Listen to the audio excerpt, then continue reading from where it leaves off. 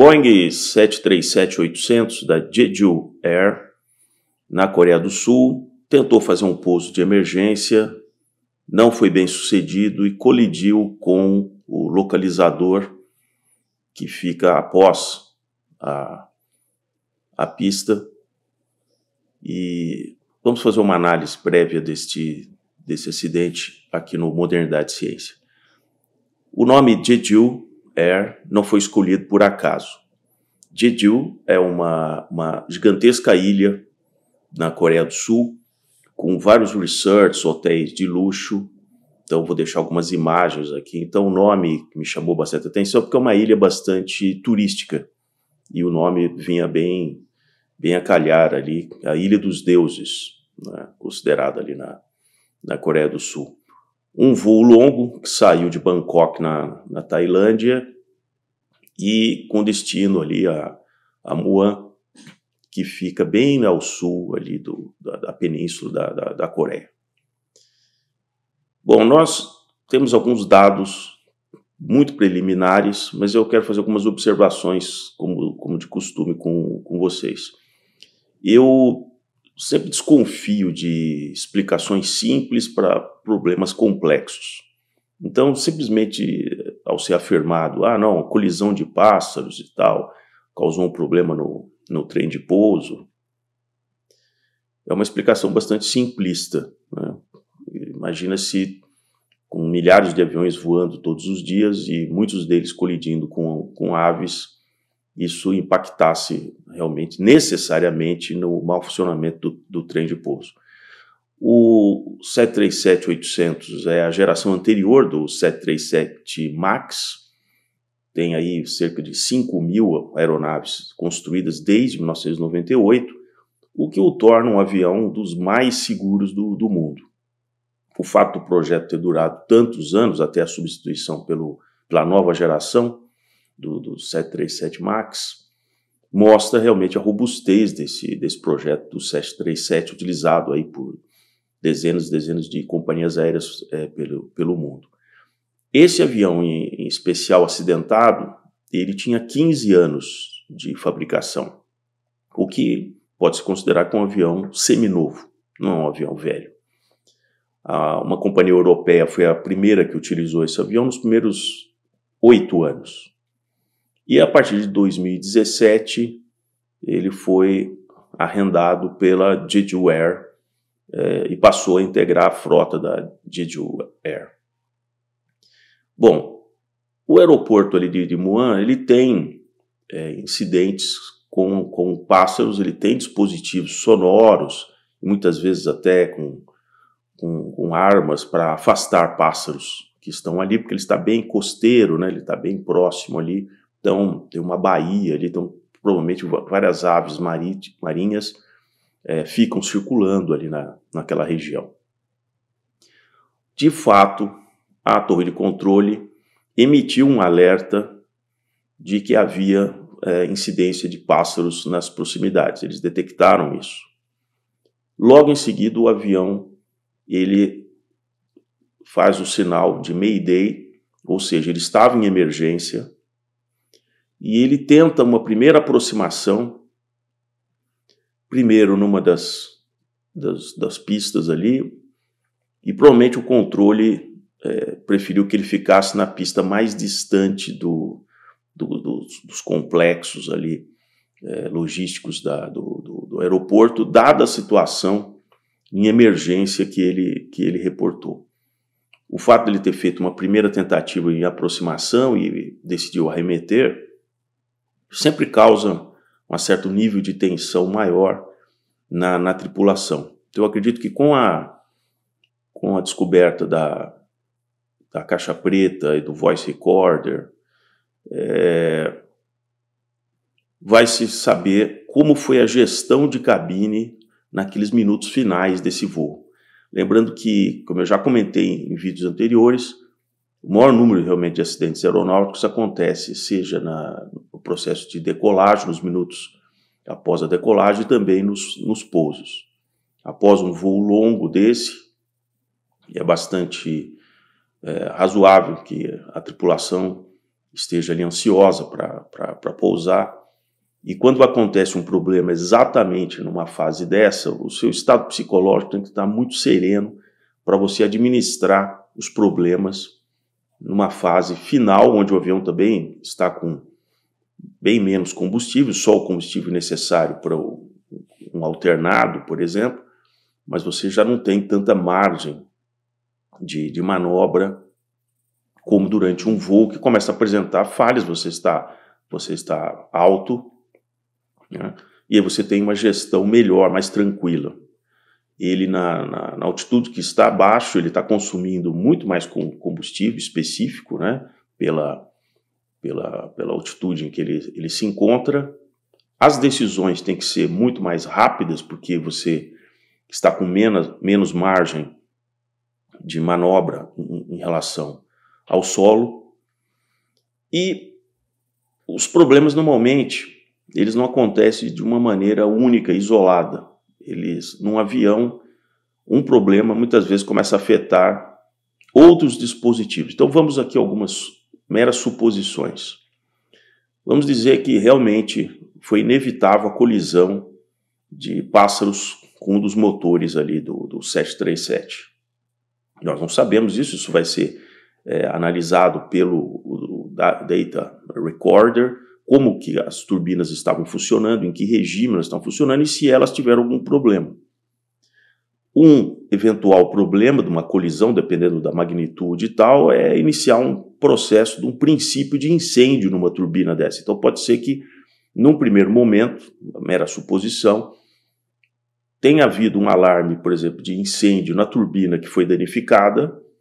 Evidentemente, ali, o primeiro oficial passou a fazer os procedimentos de extinguir o possível incêndio, e enquanto o comandante estava ali vendo o que estava acontecendo com outros dispositivos. Como os motores, eles também alimentam não só a parte elétrica, a parte hidráulica, evidentemente que quando alguma coisa acontece, tira um motor desse de circulação, você tem que começar a usar as redundâncias, e aquilo que dependia da energia gerada por aquele motor, né, você tem que remanejar utilizando outros barramentos e tal, que tem ali para usar para o outro motor.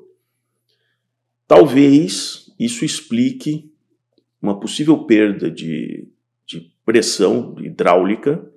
Evidentemente existem redundâncias também dos sistemas, mas você tem que estar realmente capacitado, treinado, numa situação dessa, onde você tem que tomar as decisões e dizer assim, tá bom, qual dos barramentos eu uso? Para onde eu vou direcionar a energia? Né? Você, em situações de conflito de gestão de cabine, já ocorreu no passado, em outros acidentes, não estou me referindo a esse especificamente, de que numa má gestão você descarrega um conjunto de baterias porque você direcionou para o local inadequado. Instrumentos que estão ali no painel começam a se apagar, também dentro de uma redundância. Então, se você tinha um instrumento uma tela, que estava tanto para o comandante como ali para o primeiro oficial, uma se apaga aqui, a outra se apaga lá. Então, já é feito um projeto onde certos equipamentos fundamentais não estejam ligados, por exemplo, no mesmo barramento elétrico. Mas isso já vai causando uma tensão, que se você tinha o seu equipamento aqui, sua tela aqui, de repente você tem que olhar mais para cá, porque a sua se apagou e aquela que está ligada agora está mais para cá. E o inverso é a mesma coisa. E aí você tem que, muitas vezes, começar a gerenciar quais equipamentos você quer que realmente voltem a estar ligados. Então você tem que fazer uma gestão elétrica e uma gestão também hidráulica, que vai afetar realmente vários comandos. Então pode ser que um dano inicial causado num desses motores, a turbina, né, ao coletar o pássaro, você não sabe o nível de destruição que pode causar, e E aí você tem que começar a avaliar a perda, né, de funcionalidades. Então, pode ser, como ele se aproximava para o pouso, no momento que ele foi acionar o trem de pouso, ele percebeu que, de repente, não tinha capacidade hidráulica suficiente para que o trem de pouso realmente baixasse. O curioso é que se observa durante o momento em que ele está sobre a pista ali, sem trem de pouso, isso é óbvio, mas o trem de pouso, né, central ali também não está abaixado, e eles são sistemas tanto quanto independentes. Ele até poderia, né, tentar até uma espécie de proteção, de deixar ali uma questão controversa, se você baixa ou não ali o trem central, mas também existe a possibilidade de você fazer o abaixamento do trem por alavancas manuais dentro da cabine, o que também não foi feito. Eles não tentaram, a gente vai descobrir se eles tentaram ou não, se eles não tiveram tempo para essa alternativa, e decidiram, talvez a situação fosse tão crítica, de perdendo vários elementos ali, que eles decidiram, né, e isso realmente muitas vezes acontece, que você, numa situação de pane, você tem que focar naquilo que é fundamental para você continuar voando. Então, se não era prioritário tentar, com esforço ali, levar alguns minutos baixando o trem de pouso, era prioritário, então, controlar o avião, né, para que ele continuasse pelo menos voando. E talvez essa tenha sido a decisão de eu vou pousar sem o trem de pouso. Agora, há uma outra coisa bastante curiosa nisso tudo, que se essa foi a decisão na cabine, que vai ser descoberta a partir das falas entre os dois pilotos, é porque o avião, na segunda tentativa, ele pousa já muito avançado na pista. Numa situação dessas, ele fez a primeira tentativa, se ele circulou e foi para uma segunda tentativa, o mais óbvio seria você tentar uma aproximação o mais próximo da cabeceira da pista que você estava naquele rumo, para você ganhar o maior espaço possível na desaceleração daquilo. O ponto em que o avião toca na pista e vai escorregando sobre o asfalto, era impossível que ele realmente parasse até o final. E aí tinha um complicômetro maior, porque o localizador, onde tem as antenas do localizador, para ele saber ali, né, a rampa de descida, para saber exatamente o ponto em que ele está em relação à cabeceira, né,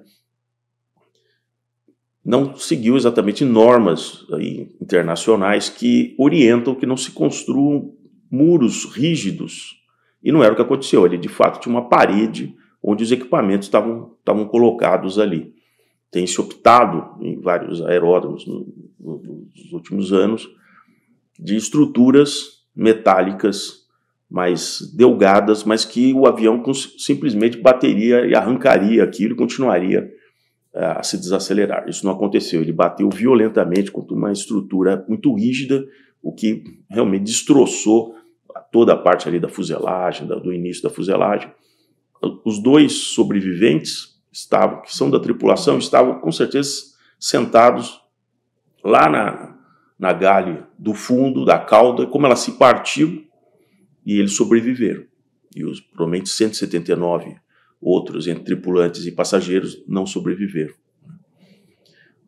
Outra coisa que chama atenção é que não há, visivelmente, quando o avião toca, os flaps baixados. Numa situação dessa, ainda mais com o reverso, se nota ali numa das turbinas, o reverso parcialmente aberto, e os speed brakes também, não parece muito claro que eles estavam usando os speed brakes na superfície da asa, mas nitidamente não existem os flaps baixados, o que talvez indique que o dano hidráulico era muito maior do que simplesmente a perda de um motor. Isso pode ter ocasionado, talvez por uma gestão incorreta num certo momento, em que a pressão hidráulica ela foi se partindo. Não é razoável imaginar que a colisão com um pássaro sozinho ele cause um dano tão grande num sistema que está interno ali no avião, sem falar das redundâncias. Alguma outra coisa começou a acontecer que fez com que o avião fosse perdendo esses controles. Outro fato, que ainda vai ter que ser melhor analisado, é que, de fato, parece haver um rastro de fumaça que surge ali quando o avião está mais próximo, que as câmeras mostram ali, o que talvez signifique que a turbina, que a gente não está conseguindo enxergar pelas câmeras, talvez ela estivesse com, de fato, um princípio de incêndio. Né? Então é o que temos até esse momento, um acidente, sim, lamentável, e realmente só a investigação vai conseguir elucidar todos os detalhes, lembrando que o acidente aéreo ele é cheio de detalhes.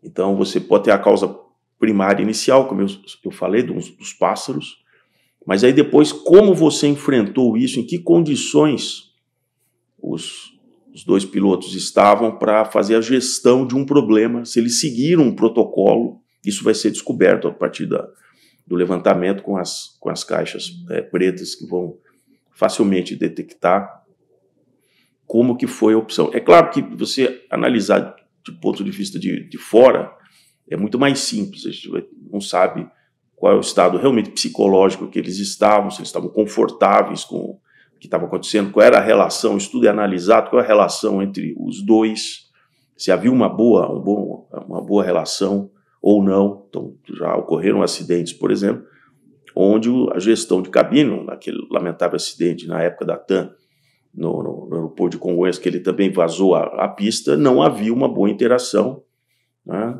Isso é fato, foi levantado entre os dois pilotos, que foi uma das causas de que um tentou pousar e o outro tentou arremeter. Então, resumidamente, falando sobre esse acidente, mas, de fato, a gestão da cabine foi dos fatores preponderantes para ter acontecido aquele lamentável acidente.